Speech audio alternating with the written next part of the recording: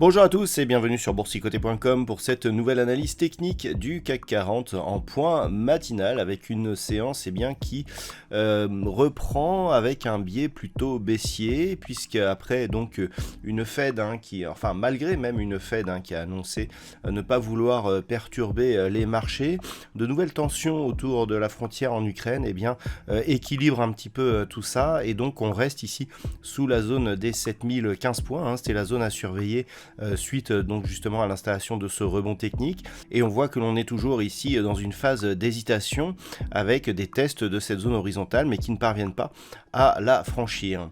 Du point de vue des indicateurs techniques, on est toujours sur une petite dynamique de rebond technique d'après les histogrammes du MACD. Le RSI, après avoir connu lui aussi une dynamique de rebond, est en train de s'équilibrer dans sa zone neutre. Alors, cette séance donc qui démarre est d'abord portée par des résultats d'entreprise.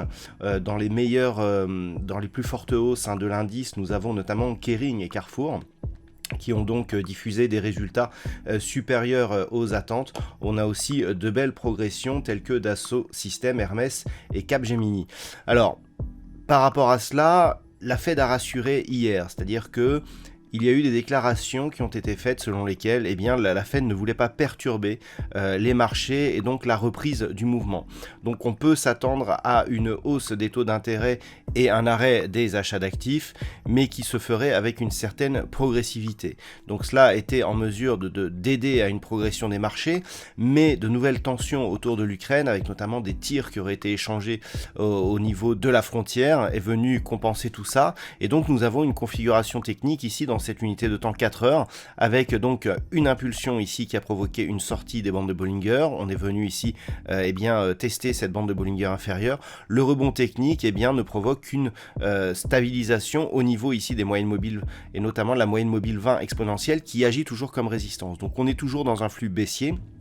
Je vous avais indiqué que pour prolonger le rebond, il aurait été préférable ici de casser cette zone des 7015 points à la hausse. Ce n'est pas chose faite et on sent ici que le risque baissier reste présent. Il suffirait en effet qu'on prolonge cette bougie ici avec un retour sur la zone des 6895 points et un franchissement de celle-ci pour repartir ici sur une nouvelle dynamique baissière. Donc on va rester vigilant. Tant que les cours restent ici sous la zone des 7015 points, le risque baissier est fortement présent. Une rupture des 6895 points pourrait provoquer une accélération du mouvement en direction des 6751 points, sachant que c'est la rupture de ce niveau qui validerait une poursuite et voire même une accélération encore de cette dynamique. Par contre, si les cours parviennent ici à repasser au-delà des 7015 points, on a un espace de neutralisation entre cette zone et la zone ici des 7150 points. Ce n'est que sur cassure ici haussière de cette zone et notamment de la zone des 7198 points que l'on pourrait parler de reprise d'un mouvement haussier. Voilà donc ce que l'on peut dire d'un point de vue technique sur cette configuration matinale. D'un point de vue macroéconomique, alors nous avons eu des bonnes nouvelles cette nuit, nous avons eu des bons chiffres du chômage au niveau de l'Australie, avec un chiffre qui s'est révélé largement supérieur aux attentes.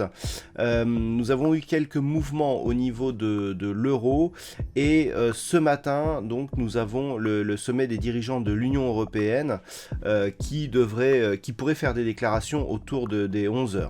Du côté des États-Unis, à 14h30, nous aurons les chiffres du permis de construire et le Philly Fed, l'indice manufacturier de la Fed de Philadelphie, qui seront dévoilés à 14h30. La diffusion de ces statistiques donneront lieu à un trading live qui démarrera à partir de 14h. Voilà, c'est tout pour aujourd'hui. Je vous souhaite une très bonne séance. On se retrouve à partir de 14h pour le trading live sur la chaîne boursicoté.com. Bonne séance à tous.